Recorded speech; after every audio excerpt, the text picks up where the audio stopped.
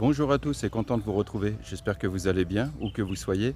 Alors, ça fait un petit bout de temps que je n'ai pas fait de vidéo parce que j'étais beaucoup pris par des dossiers, par des formalités administratives, etc. Donc, m'en veuillez pas du moins. Et comme je vous dis toujours, hein, dès que j'ai un moment de libre, bien entendu, je vous reviens, je vous envoie une petite vidéo.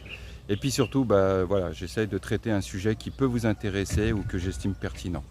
Je remercie aussi tous les gens qui me suivent avec fidélité, loyauté, parce que j'en rencontre souvent en allant faire les courses, en allant me promener. Hier, en allant me baigner à la mer, je suis tombé sur quelqu'un qui m'avait reconnu et qui est venu me voir en me disant qu'il suivait les vidéos depuis de nombreuses années et que ça lui avait été profitable. Ben, je ne peux que m'en réjouir et ça me va droit au cœur. Dans cette vidéo, donc pour combler un peu le retard, donc j'ai décidé de faire cette vidéo en début de semaine. Vous allez me suivre dans le périple. Donc là, je suis dans une résidence. Vous voyez, le cadre est quand même très agréable. Une piscine superbe bien entretenue. Et donc là, je gère 2 villas, dont une, ma priorité, c'est de trouver des locataires, un ou une locataire ou un couple maximum en location longue durée. Donc je vous inclurai une petite présentation de ce bungalow. Je vais un peu innover cette année, je vous inclurai un peu plus d'immobilier, soit des biens que j'estime, je dirais, intéressants ou pouvant être une opportunité, que ce soit en location ou en vente. Mais je ne veux pas que cette chaîne soit vraiment trop tendance immobilière, je veux qu'elle reste telle qu'elle est, que je préserve les fondamentaux. Mais de temps en temps, je vous glisserai voilà, quelques petits produits que j'estime intéressants et dont j'ai l'exclusivité au niveau locatif ou au niveau vente. Voilà, donc on va se retrouver vers le bungalow. Et sur ce, ben, je vous retrouve. À tout de suite. Merci.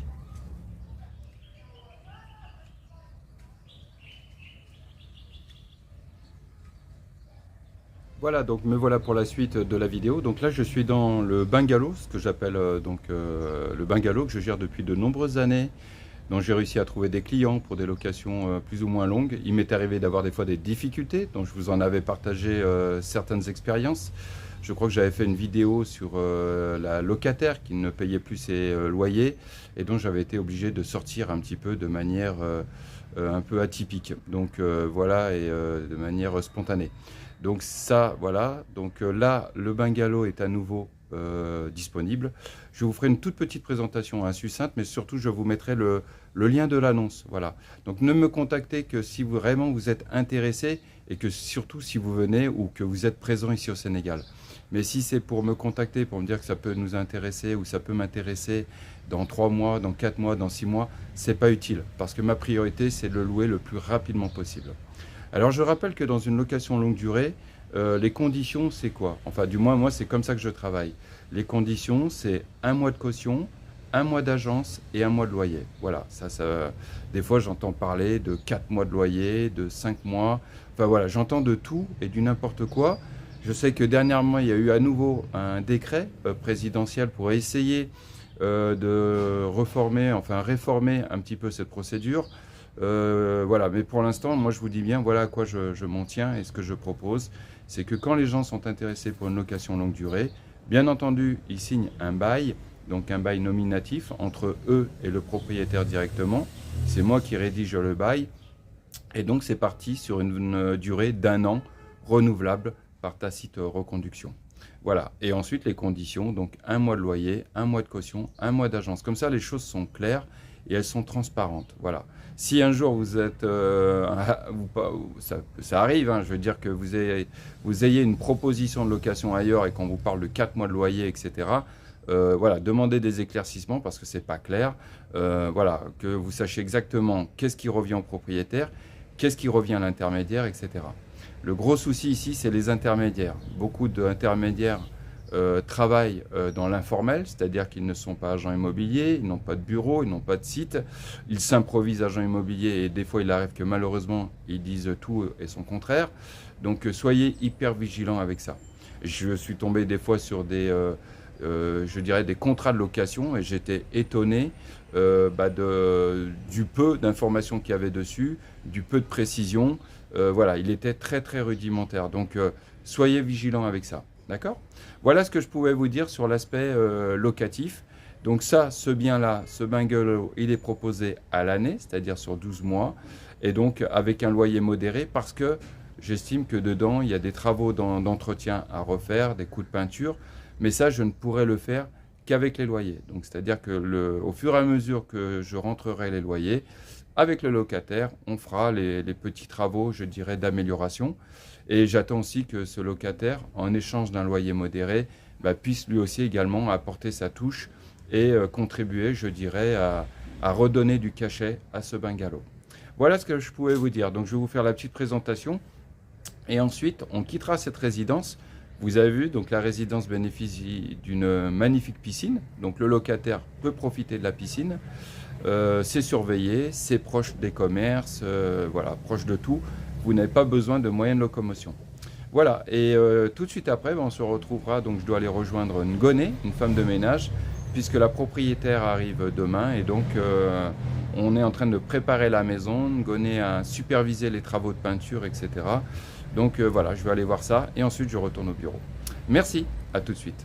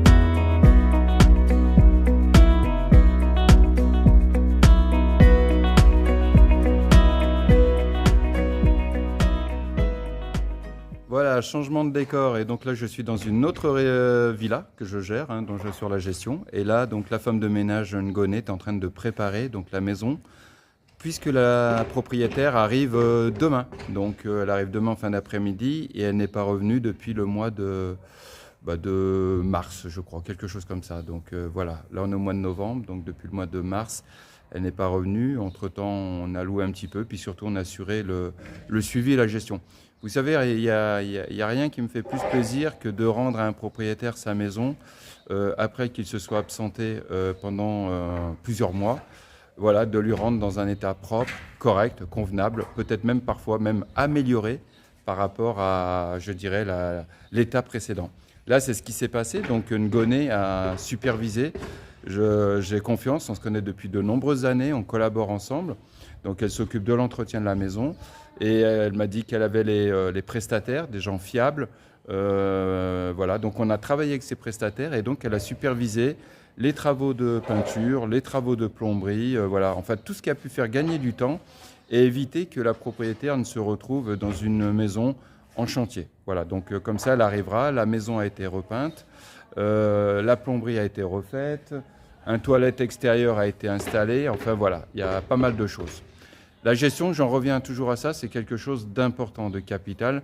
Si vous êtes propriétaire d'une maison ici, je dirais que tout votre projet de vie ici au Sénégal repose sur le fait que vous ayez une personne sur laquelle vous puissiez avoir confiance. Parce que malheureusement, je vois beaucoup de dérapages.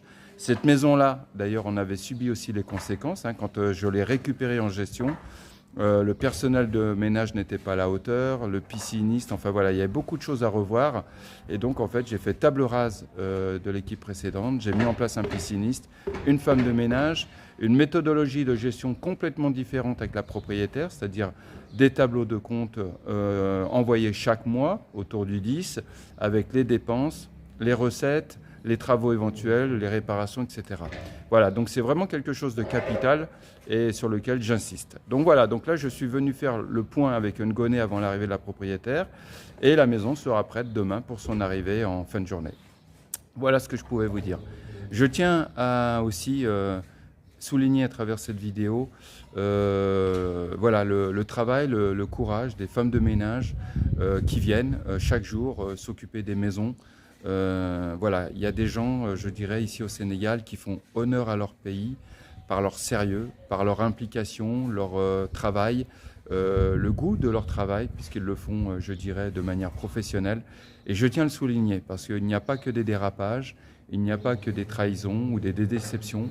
Il y a aussi des gens sur lesquels on peut se reposer et on peut avoir confiance, mais ça demande je dirais, ça demande du temps, parce qu'il faut du temps pour apprendre à connaître les personnes, et ça ne peut pas se faire comme ça du jour au lendemain, et vous ne pouvez pas donner les clés d'une maison durant votre absence à la première personne venue. Voilà ce que je pouvais vous dire, donc je vais laisser Ngoné travailler tranquillement, sereinement, et moi je vais continuer mon périple, puisque je dois aller voir une autre résidence où des gens sont arrivés. J'essaierai de voir si je peux vous faire une petite vidéo sur place. Voilà, à plus tard, merci. Et voilà pour la fin de ce périple, donc changement de décor à nouveau. Donc là je suis derrière une villa que je gère également dans une autre résidence. Voilà, donc j'ai quitté Ngoné. Alors je voulais l'interroger, lui poser 2-3 questions, mais elle n'a pas souhaité. Vous savez, je le redis souvent, c'est jamais facile, c'est jamais simple de parler devant une caméra et en sachant qu'on va se faire filmer et ça va être diffusé sur YouTube. Donc voilà, donc il n'y a pas de souci, mais je tiens voilà, justement à tirer mon chapeau à toutes ces femmes, ces hommes aussi, hein, parce qu'il y a des hommes qui sont très courageux, très fiables, que je connais et dignes de confiance. Voilà, donc là j'ai fini, je devais venir ici pour voir si les arrivants, tout s'était bien passé, si avec la femme de ménage tout allait, etc., ou s'il y avait des remontées d'informations à me faire parvenir et que je puisse aussi parallèlement informer le propriétaire. Voilà, donc cette vidéo, je l'ai voulu un petit peu plus dynamique que d'autres, hein, c'est-à-dire vous voir un petit peu quelle peut être une journée type de mes activités. J'en profite également pour inclure dans cette vidéo, puisque c'était un des justificatifs qui m'avait empêché de faire une vidéo, c'est-à-dire mon renouvellement de carte de résident, donc la carte de séjour. Donc j'ai renouvelé ça dernièrement. Donc je vous montre à quoi ça ressemble, ça c'est le récépissé, je vous ferai un copier-coller, hein, vous verrez. Et donc pour obtenir un nouveau récépissé valable 5 ans, on me demandait voilà, des documents, dont on me demandait un extrait de date de naissance de moins de 3 mois. Et ça me posait problème parce que je n'en avais pas.